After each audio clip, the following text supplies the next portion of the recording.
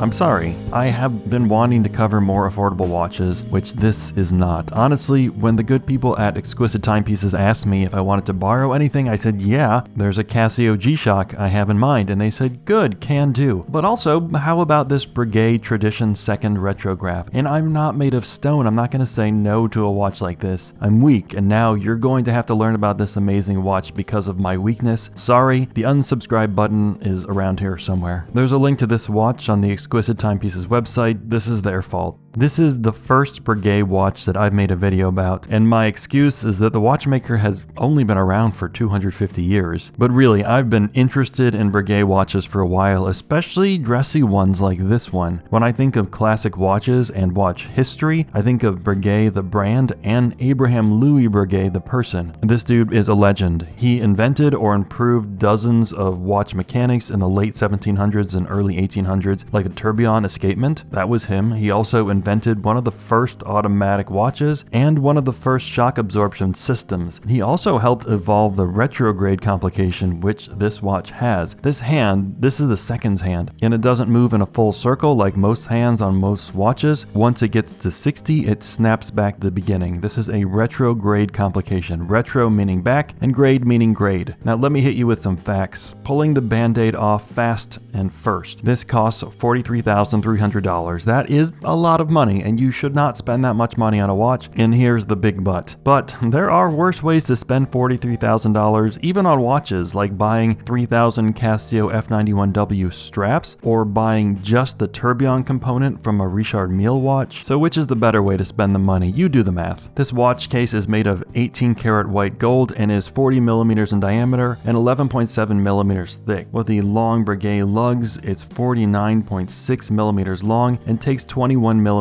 straps. Don't take this watch in the water or even near the water. Don't even think about water while wearing this watch. 30 meters of water resistance means that a humid day in Florida is about the limit for this watch. The movement in this is the 505 SR1, which has 50 hours of power reserve and clearly a lot more going on. You could probably tell that already. We'll get to it. 40 millimeters around and almost 50 millimeters long makes this feel like a very modern watch on my 7-inch wrist. That's a good thing for me. For smaller wrists, the length of the watch might be an issue, but that's not a physics thing so much as a style thing. For a lot of people, big is where it's at. Thankfully, my wife feels that way. Not about watches, but still. And Breguet just announced that there will be a 38mm version of the retrograde seconds watch with a very similar design to the 40mm version. So my slight and well-heeled friends, maybe this is the one for you. I thought the entire watch was an interesting mix of old and new. I remember seeing this watch in a store in Las Vegas a few years ago and thinking it looked like a wild combination of traditional and modern watch design. I thought it was such a modern layout for a watch from one of the most traditional big Swiss watch brands. Turns out I was wrong. This movement layout is old, like really old. In the late 1700s, Breguet made a line of watches called Souscription, which sounds like subscription because that's what it means. It was kind of like a Kickstarter project. You made an initial down payment to Breguet and they promised to deliver the pocket watch to you a few months later. And the movement layout of those watches was the inspiration for a few modern Breguet wristwatches like this one. And not just the layout, but the finishing is also kind of similar. The Souscription pocket watches were considered relatively affordable,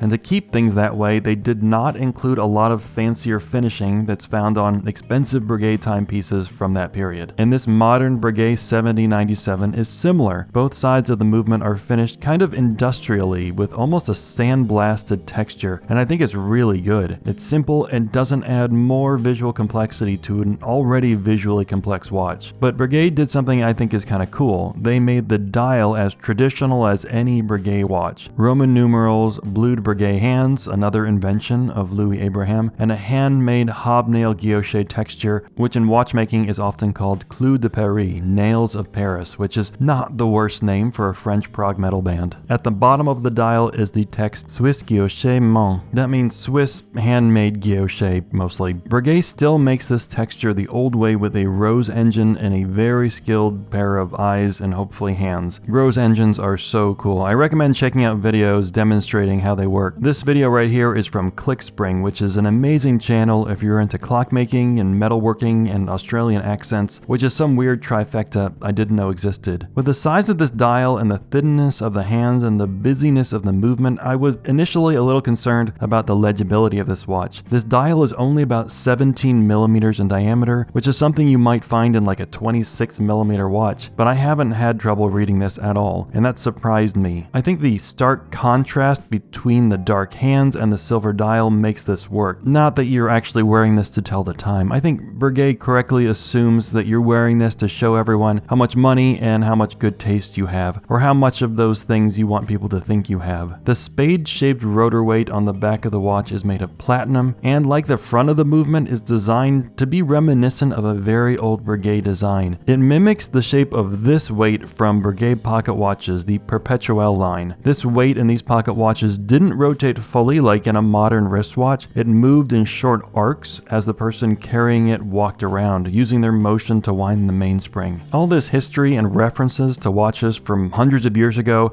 and still this thing looks like a modern and new watch to me, which I think is a really impressive feat that Breguet has pulled off. It's funny, I don't actually care much what watch Edmund Hillary took up Mount Everest, or what race car driver wore which chronograph. It's not interesting to me. But something about the history and development of watchmaking and engineering, that speaks to me. I guess that's just my kind of nerdery. I appreciate artisanal, highly thoughtful, and unnecessary mechanical progress. The world doesn't need a retrograde seconds hand or a platinum rotor weight that's based off of the design from an old pocket watch, or it certainly doesn't need a handmade guilloche dial, but I want it, and now maybe you do too, and you can thank Exquisite Timepieces for that.